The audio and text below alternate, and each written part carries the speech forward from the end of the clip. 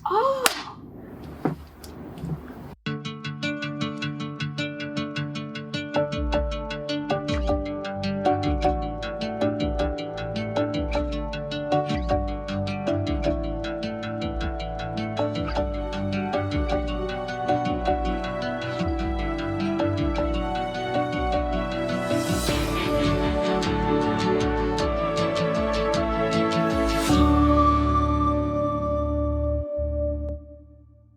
The role of women in rural communities, I think, is to sort of be a bit of the glue, I suppose.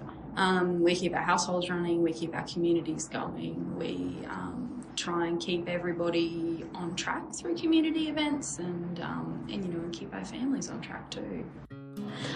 So the roles that I have are mother, I suppose housewife to a degree, though I do fail at that quite regularly.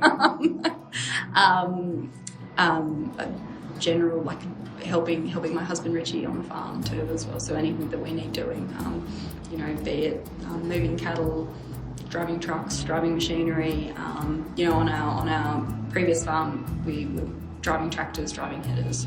Whatever needed to be done. We don't always have the luxury of being able to employ somebody else. So I suppose if Richie needs a hand, I'm in. So I say I wear several hats. So here I have, just here on the farm, I run the house, the garden, and I do all the office work for our farming business, as well as we have an off-farm business as well. So I manage that.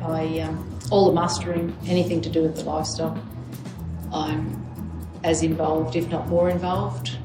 And then further afield, I am currently not on a committee at the moment, but have been on several committees and pony club. I've been a pony club instructor, so yeah, with the local museum.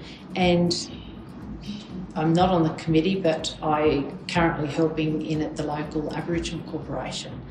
And that in its own, I volunteer in there, and that to me, it's another avenue of getting away from the drought. I probably only go in there once a month, something like that, and I help them with their books and their the safety side of things, because I went to university and got a Bachelor of Occupational Health and Safety. So yeah, so it and it's just nice. It's just nice as a volunteer. You can forget about your worries, I suppose. I don't know, you get to be the vet, you get to be the vet nurse, you get to be the nurse for the injured, you get to be the Minister of Finance, and war, some say. And so, yes, it's multiple. I mean, then you could go mustering, or you could go out and feed runs. I mean, it just depends on what's going on. So you've got to be able to do crossover, all of it. It's all about being able to cross over. You're not just stuck in a kitchen. Women are the trunk of the society, especially in small rural towns. So they're not only wives, they work on the farm, they're running every association in town, they're usually taking their kids to school, they're educating them in a lot of ways. So for them to rebuild themselves, it is very, very important. Oh, fantastic, the role of women. Yeah, the role of women in our town is fantastic. They've started up a Charleville Progress Association here, which is really good, and they're going to help us with this world's longest damper that we're going to do. They come to our meetings, and it's just going to be for the town, the longest damper. It's going to be our fishing club. So I think the role of the women in town is fantastic. And the old grey mare, see, she's a woman. Yes, well, I was in politics for 34 years and still sort of in politics. After I retired, I was appointed to the Local Government Grants Commission here in Queensland. So I'm still having that connection with the people. But what prompted me to go into politics, which was local government politics, was that we had a very bad road, as were all the roads in those years, because bitumen was rarely heard of. And I used to have to take my children into school from the farm, and I wrote letters. I spoke to councillors about the road, trying to get improvement, and it fell on deaf ears. So I thought, well, I've just got to bite the bullet and get in there and do it myself. Had no idea of local government, and it did take quite a few years to get any improvements in the road because there was no money much in those days. I think as a woman in the drought, you carry a lot that people don't see.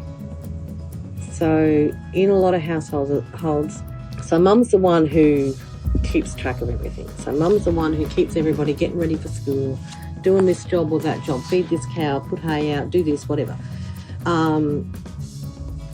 Most households, I find mums are the ones who also manage the finances. But I hear so many farm wives who do the farm work, come home, do the dinner, washing or whatever else has to be done when they get home. And then, once everybody goes to bed, then you get time to do the paperwork, sort the mail, pay the bills, all that sort of stuff.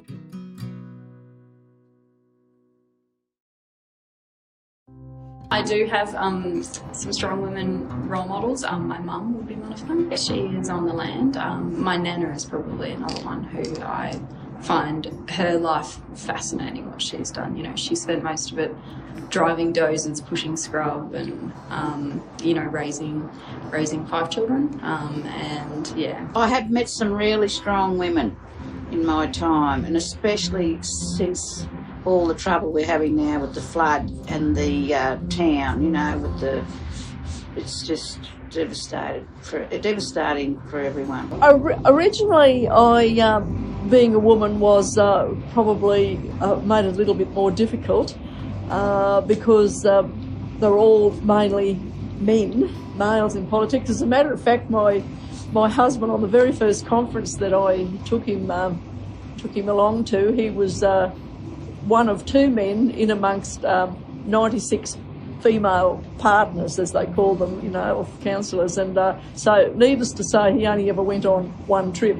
But times have changed since then. But it was difficult, I think, in the very beginning, but very, very soon, changed. And I think once that you proved, that you're equal to the task, that the males have accepted it. And of course by the time I finished here in Surat, there were 5 female councillors. Without the women in our shire, we wouldn't have the volunteers to volunteer for all the committees, to do all that sort of stuff. So they are very, very important to our shire, and we need to be conscious of making sure that they're getting all the support and help that they need.